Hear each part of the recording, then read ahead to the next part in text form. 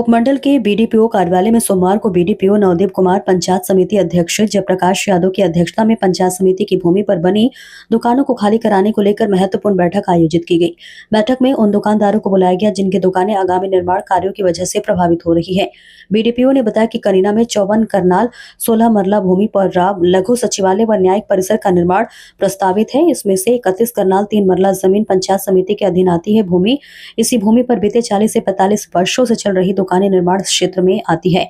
High court ने 8 फरवरी 2024 को सक्षम अधिकारी को निर्णय करने के निर्देश दिए थे। इसके बाद 21 अप्रैल 2025 को एक बैठक कर प्रस्ताव पारित किया गया और 5 जून को नई बैठक बुलाई गई। सोमवार की बैठक में समिति ने दुकानदारों को भरोसा दिलाया कि उनकी दुकानें हटाई जा रही हैं, उन्हें अन्य स्थान पर जमीन उपलब्ध कराने के लिए सरकार का प्रस्ताव भेजा जाएगा। साथ ही पंचायत समिति की जो भी उपलब्ध भूमि होगी वहां प्रभावित दुकानदारों को प्राथमिकता दी जाएगी।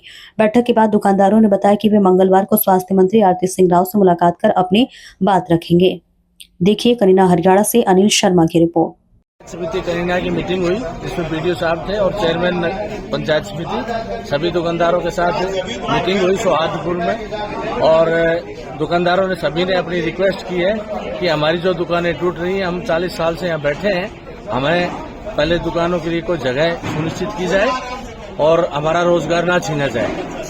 बीडीओ साहब की तरफ से क्या कहा जा रहा है? बीडीओ साहब ने कहा कि सरकार के आदेश हैं कि हमें रास्ता देना पड़ेगा, आप बैठ करके सहमति से अपना सौहार्दपूर्ण विचार में तरीके से, और आज ये बातचीत हुई है, हमने उनसे यही प्रार्थना की है कि हमें ना उजाड़ा जाए और हमें जगह सुनिश्चित की जाए। आगे की आपकी क्या प्लानिंग रहेगी?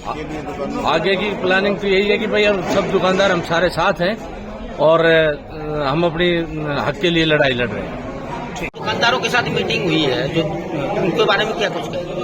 सर, ये जैसे मैंने जब से कार्यभार संभाला था उसके बाद हाईकोर्ट का जब आदेश आया तो जो मुझे पता चला कि पंचायत समिति की जो मलकियत की जमीन है कंप्लीट हम रेवेन्यू रिसोर्स में दे चुके हैं। बहुत चिंतन का विषय था, सभी दुकान टूटने का नोटिस आ चुका था। ऊपर से हमने और मेरी समिति ने कनीना पंचायत समिति ने हमने अपना प्रस्ताव पास किया कि हम लोग कैसे बचाया जा सके।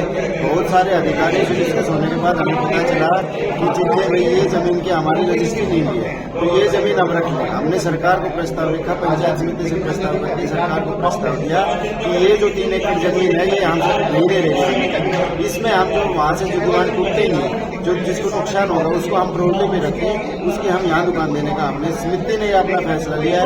इसकी फाइल हमें हरियाणा सरकार तक पहुँचा दी। आज पंचायत समिति की यह तीसरी मीटिंग आयोजित की गई है। पंचायत समिति की मलकियत वाली भूमि पर जो दुकानें बनी हुई हैं उनको खाली करने के लिए, क्योंकि वहां पर लोक निर्माण विभाग द्वारा लघु सचिवालय का निर्माण लगभग पूरा कर दिया गया है, तो इसके ऊपर पहले से खाली कराने की प्रक्रिया जारी है।